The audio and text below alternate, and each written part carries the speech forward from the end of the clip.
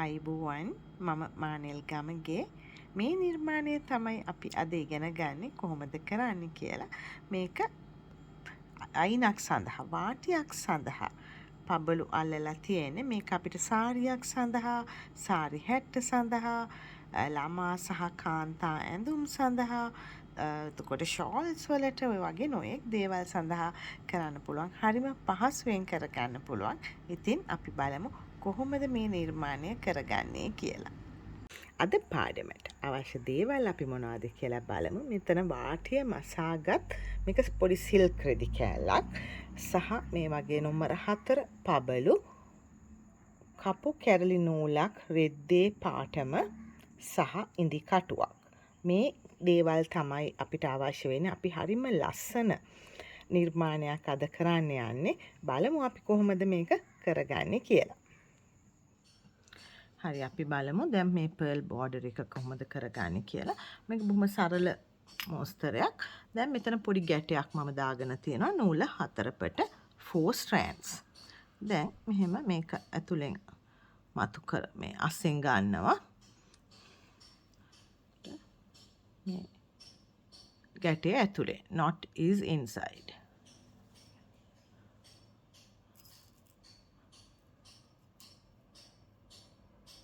දැන් අපි මෙහෙම පර්ල් එක දැම්මා.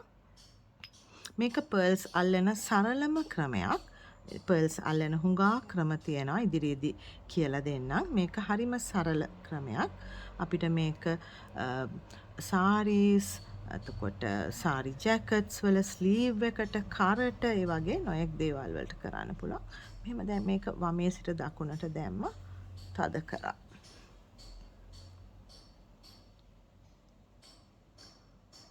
දැන් මේ පර්ල් එක මෙහෙම ලොක් වෙලා තියෙනවා.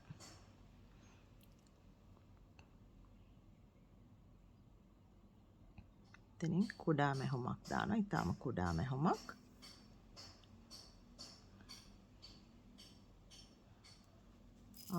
පර්ල් එක දානවා.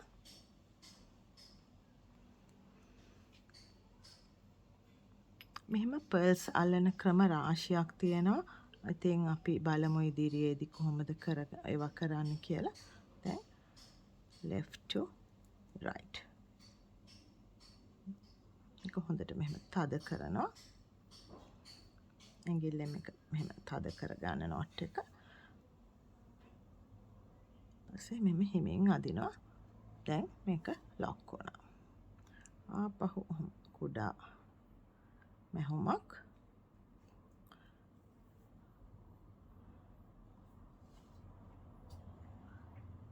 මේක ළමා ඇඳුම් එතකොට සාරි ෂෝල් වල අග සාරි ජැකට් වල කර අත ඒ වගේ නොයෙක් දේවල් සඳහා අපිට පාවිච්චි කරගන්න පුළුවන්. හරිම සරලයි. දැන් ඔයගලන්ට පේනවා මේක අමාරු නෑ කරගන්න. දැන් අර පර්ල් සාලන එක හරිම දැන් ස්ටයිල් නේ මේ දවස්වල. ඉතින් ඒක හින්දා ඔයගලන්ට තමුන්ගේ සාරිය වටේට හැට්ටේ අත වටේට ඒ වගේ මෙහෙම අල්ලා ගන්න පුළුවන්. කැමති වර්ණයක් කැමති ප්‍රමාණයක බීඩ්ස් ගන්න පුළුවන්. දැන් මේක මෙහෙම තදට තියාගත්තා. ඇද්දා. එතන මේ ගැටේ හොඳට එහෙම තද වෙන්න ඕනේ.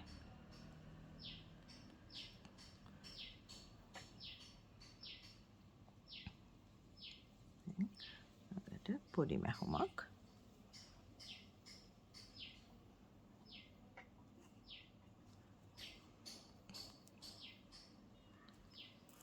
නැවත පර්ල් එකක් දානවා.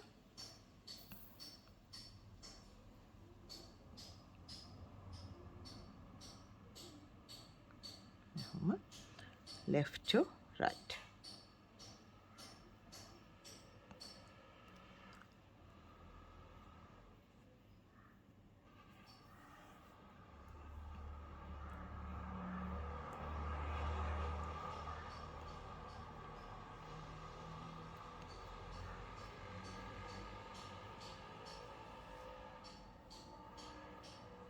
ඔය විදියට දිගට අල්ලගෙන යන්න තියෙන්නේ.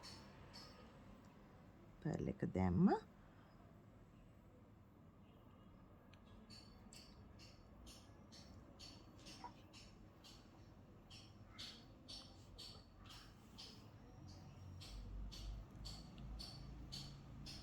හොඳට තද කරනවා. එතන කුඩා මැහුමක් දාන්න.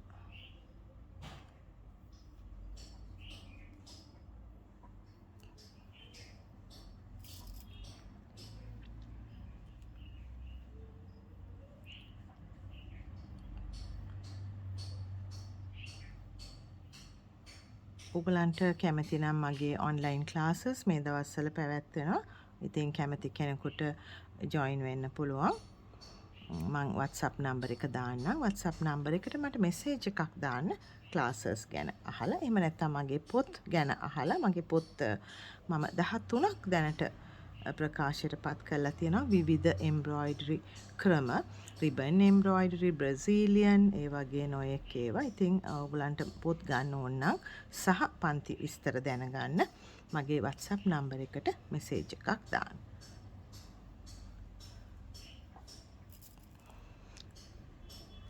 ඉතින් මේ වගේ බෝඩර්ස් මහන ක්‍රම රාශියක් තියෙනවා. අපි ඉදිරියේදී එකින් එක බලමු කොහොමද ඒවා කරගන්නේ කියලා. මම කලින් නීඩල් ලේස් එකක් කරලා තියෙනවා. නීඩල් ලේස් රේන්ද කටුවක් නැතුව ගොතලා වගේ රේන්දයක්. ඒ වීඩියෝ එකත් බලන්න. ඉදිරියේදී තව හුඟක් වීඩියෝ විශේෂයෙන්ම හුඟක් දෙනෙක් හරියට වාටියක් මහන්න දන්නේ නැති මම වාටි මැහුම් අපිටත් ඒවත් තියෙනවා ගොඩක්. ඉතින් ඒවා කොහොමද මහන්නේ කියලා අපි ඉදිරියේදී බලමු.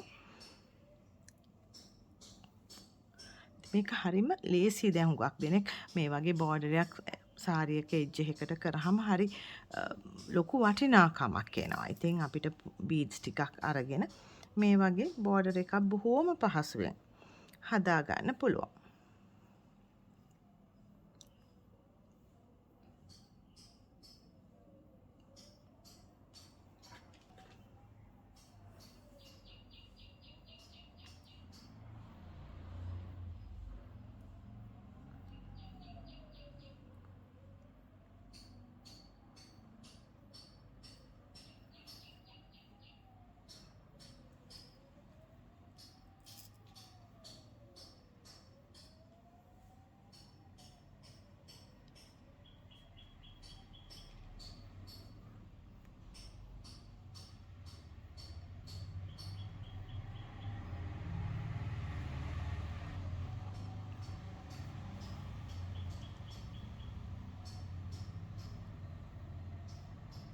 මෙතන අර හොඳට ගැටෙත් හද වෙන්න ඕන.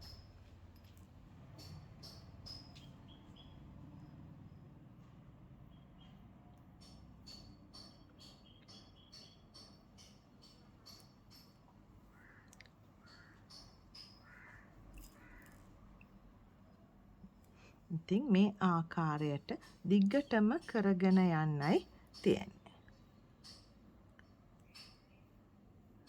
මං හිතනවා ඔයගලන්ට මේක ඉතාම පැහැදිලි කියලා. පර්ල් එක දැම්ම. මං තව කීපයක් කරලා පෙන්නන්න.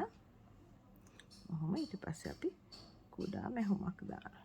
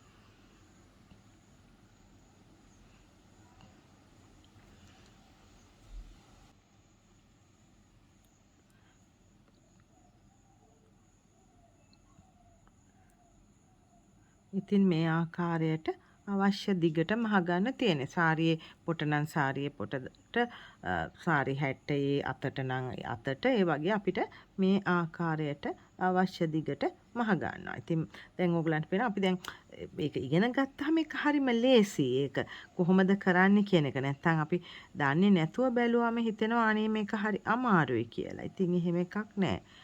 This is very easy to do once you learn it.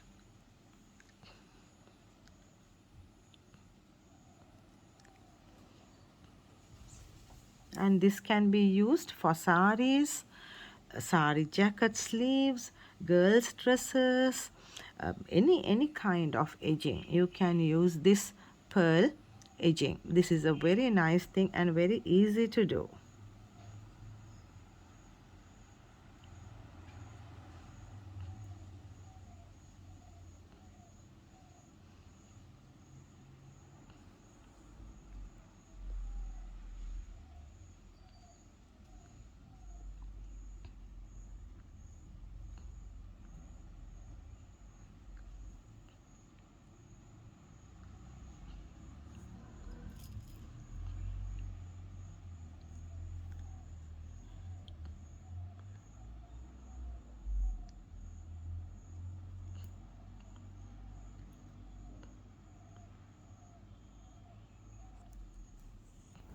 දැන් ඕගලන් දැක්කා මේක කොච්චර පහසුවෙන් කරගත්තද කියලා. ඉතින් ඕගලත් මේ ක්‍රමය අත්හදා බලයි කියලා මම හිතනවා.